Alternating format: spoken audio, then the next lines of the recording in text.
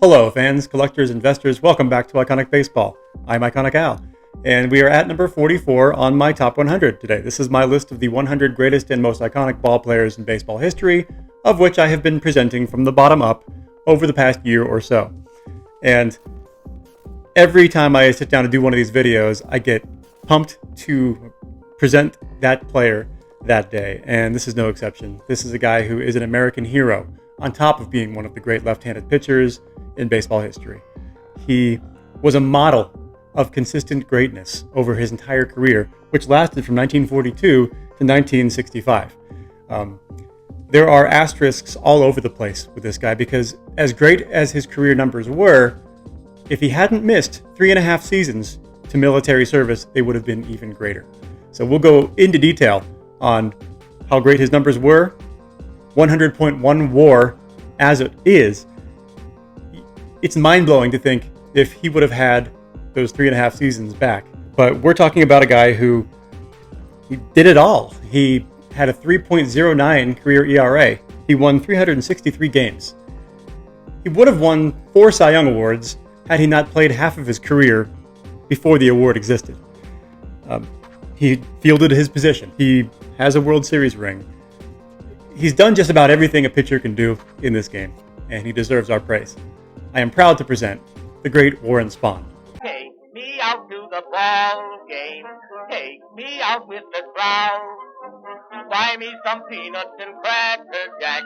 I don't care if I never get back. Let me root for the home team. If they don't win, it's a shame. For it's 1, 2, 3 strikes, you're out at the old ball game.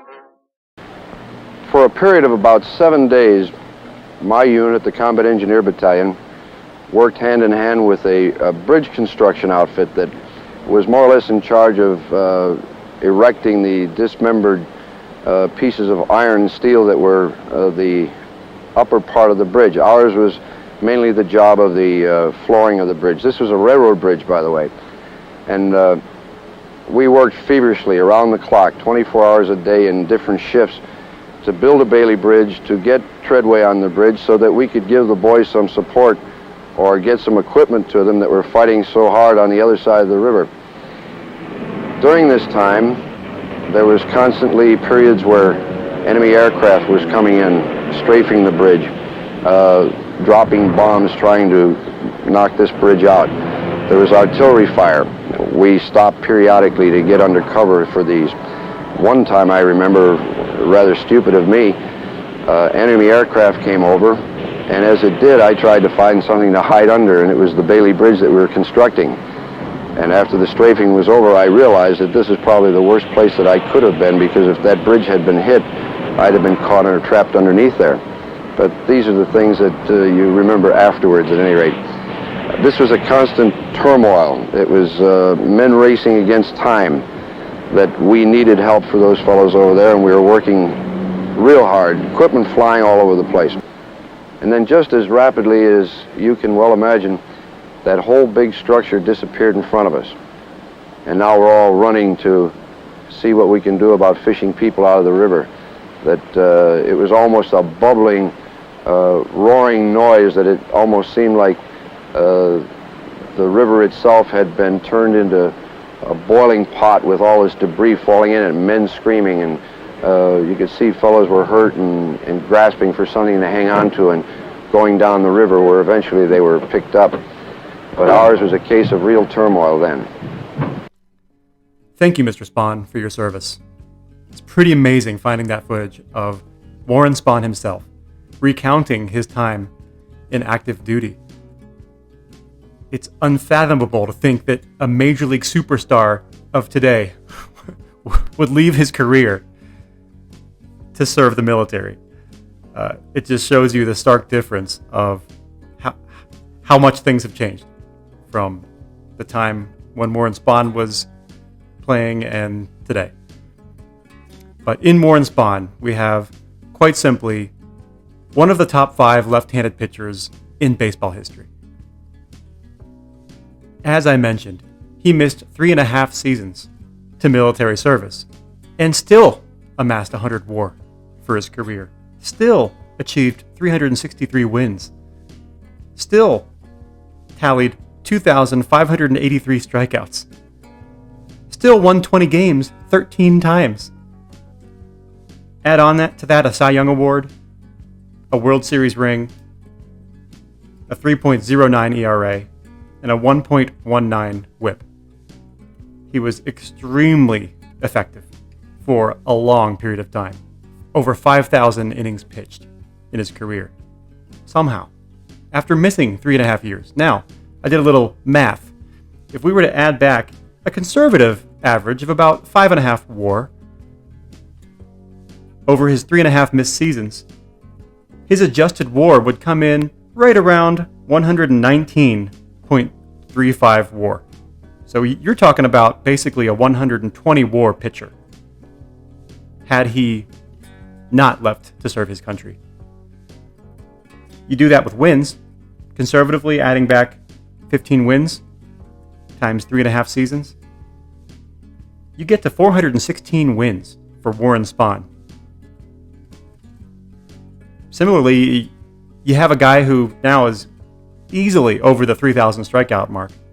So, I mean, these adjustments that you make after adding back some missed time for Warren Spahn, where he was away serving his country, put him from already being elite to now being completely over the top. 120 WAR now, with 416 wins and 3,000 strikeouts. So his numbers look even more ridiculous than they already look. He pitched at least half of his career before the Cy Young Award existed. And he still won a Cy Young Award in 1957. I look back at his numbers, and there's about 3 or 4 Cy Young caliber seasons there before the Cy Young Award came into existence. So you better believe that Warren Spahn would have probably been a 3 or 4 time Cy Young Award winner, at least, had the award existed. Additionally, he has a 3.05 postseason ERA, and he was on that 1957 World Series championship Braves team. So he's got the ring. All right, let's have a look at a few items for Spahny. First of all, being the single sign baseball. It's a pretty standard ballpoint, sweet spot, Warren Spahn, signed baseball. Now, he was from a generation that were frequent signers at card shows, through the mail, and as a result, these autographs are pretty cheap. I mean, you can still pick up a Warren Spahn signed baseball. This is a William White National League baseball. You can pick up a ball signed by Warren Spahn in the $30 to $40 range. So for all you young collectors out there that are looking to add a top 5 left-handed starter of all time, these Warren Spahn signed items are still quite reasonable and can be owned for a pretty fair price. And that's probably about a $40 signed baseball, which is pretty amazing. Warren Spahn passed away in 2003, so about 20 years ago, which is hard to believe that much time has passed. But he was a generous signer at card shows and at events. And so, again, that's one of those things. They are available on the market. This is a set I talk about a lot. The 99 Upper Deck Century Legends, Epic Signatures. Beautiful image of Warren Spahn with a very nice, bold autograph. Talk about this set a lot. I've had this since high school. When these came out, this set came out my junior year of high school. And I remember, really jumping on these when they came out. But just one of the all-time greats. And one of my favorite sets. And then last and certainly not least, one of my favorite vintage cards of all time. This is another one that I've had in my collection for decades. The 55 Topps Warren Spahn. And any 50s Warren Spahn card that you find is absolutely gorgeous.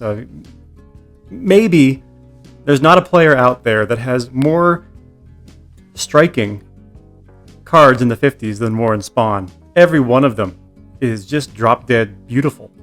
This is no exception. This beautiful green background, Look at that action pose. And, I mean, this is what the 50s are all about, cards like this. You have the cartoon image on the back. Oversized card, which only makes the eye appeal even greater and the impact even larger. Just striking color. It's the kind of card that, yes, it's pretty off-centered. Left to right, right to left. But I don't even care. This is a card that I had graded a couple of years ago, and it got a 4. Fine. It's really the image quality, the registration, the color. That's what draws me to this card. It's not really about the centering for this one for me. I just get lost in the image. But yeah, that's one of my favorite vintage cards of all time. And you can look down the list at every one of Warren Spahn's cards in the 1950s, and they're all phenomenal. So just take your pick. There's no wrong answer. There's no bad choice. So yeah, just do yourself a favor and look at pretty much any one of Warren Spahn's 50s baseball cards. They're all just amazing. Just amazing eye appeal. And they're not overly expensive. I just did a little digging on this card because I hadn't really looked up what this card goes for. But in a PSA 4, which is what this is, this card is about a $60 or $70 card, $70 for a beautiful vintage card of a top 5 left-hander of all time. So yeah, if you only look at mantles, or you only look at, the big names, the Clemente in this set is the big one. But you can own Warren Spahn cards for really a pretty good price, no matter what set you're looking at, unless you're trying to find a rookie card. Those get a little pricey. But yeah, that's my spiel on that. But yeah, I mean, 50s Warren Spahn, pretty hard to go wrong. All right. Well, everyone, thank you so much for joining me on another one of these videos. This has been really fun going through these countdown videos. I thank you for joining me. And until next time, keep collecting and stay iconic.